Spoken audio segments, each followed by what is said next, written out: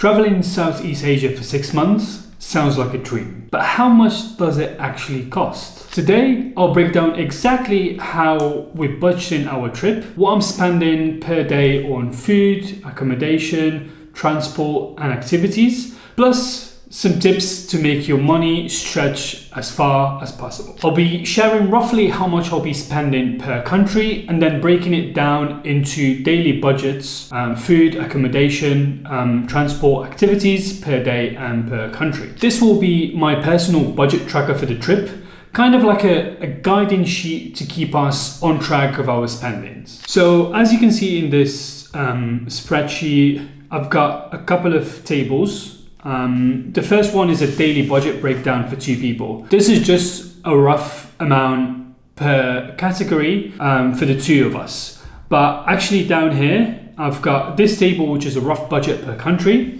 And as you can see here, I've got a total budget for the country, the amount of days that we are aiming to spend per country, and how much this budget translates into a daily budget.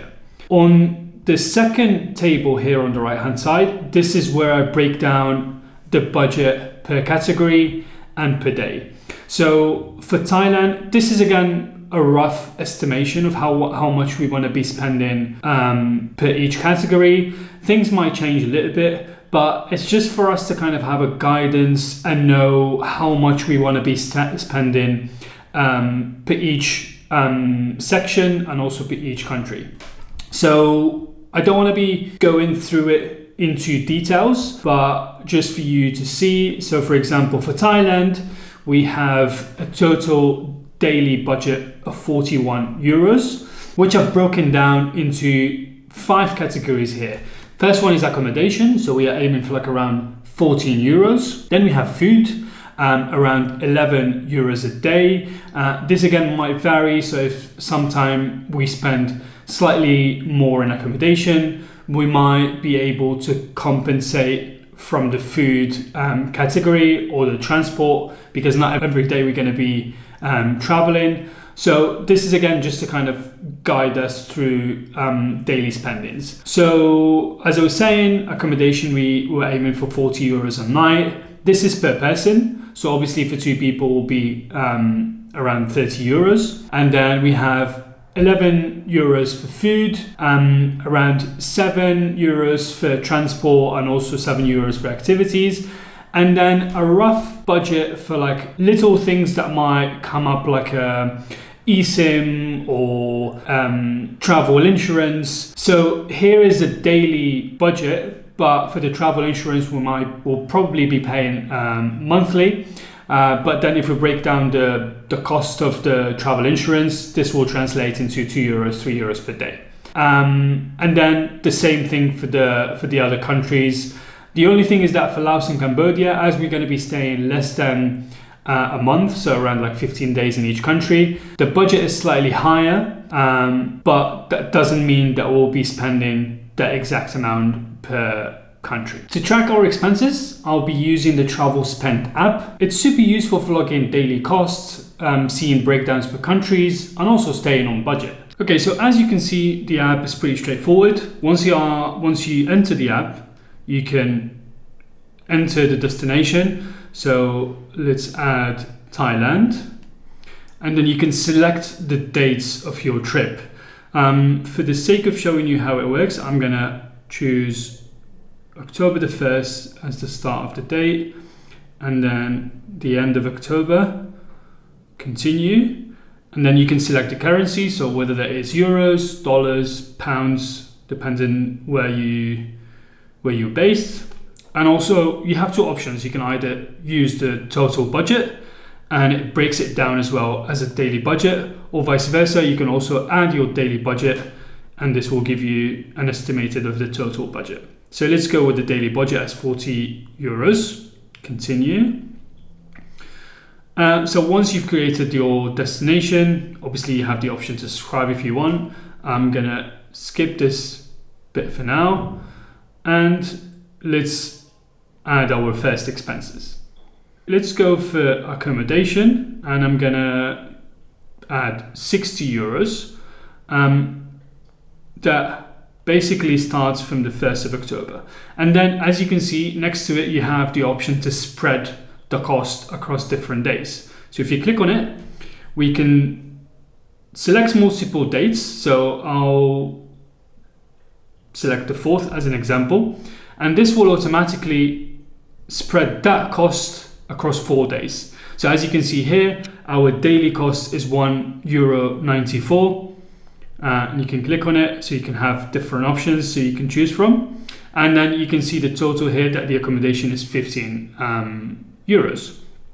And then let's add, for example, I don't know, 5 euros, and I'm gonna call it lunch. You can also select the date, or if you want to spread it across the dates, I believe this is probably not the option. And let's hit save. Oh, sorry. So if we select the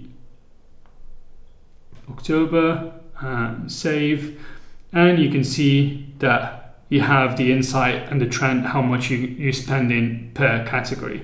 There are so many different options. You don't even need to pay for the paid option.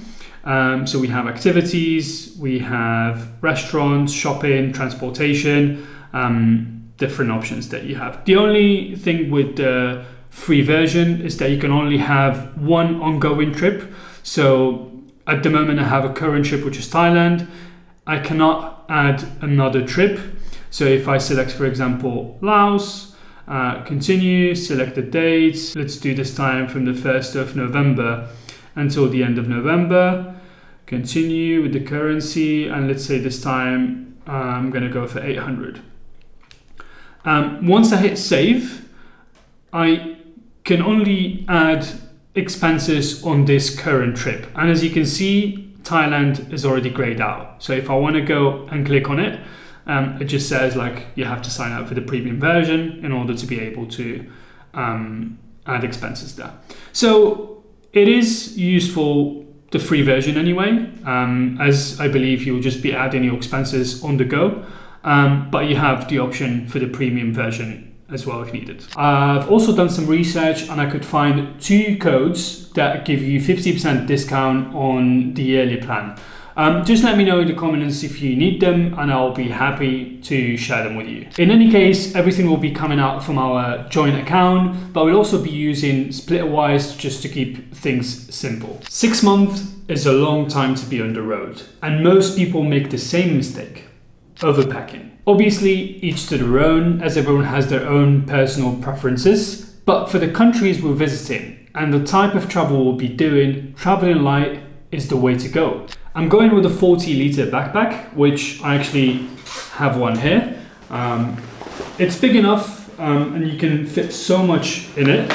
It's easier to move around, fits as a cabin luggage, saves us money on check-in fees for flights, and we'll be able to fit it in local buses, trains, or boat transfers. Another great way to save us money is using night buses or trains to cover long distance between different cities and sometimes even between countries. These might not be the most comfortable options, but they save you the cost of a night in a hostel, and honestly, once you arrive to your destination, you can always have a nap on a tropical beach or in a hammock in the middle of the jungle. Also, slow travel helps a lot. Staying longer in one place means cheaper accommodation rates, fewer transport costs, and a chance to find local food spots that aren't tourist priced. By staying longer in a place, you can even cook occasionally or prepare your own meals. These are the little things that add up over time. Let me know in the comments if you'd like me to share the discount codes or the spreadsheet. I'll happily link a version that you can use for your own trip. And if you're planning to travel or just love exploring new cultures, make sure to subscribe so you can follow our adventure across Southeast Asia.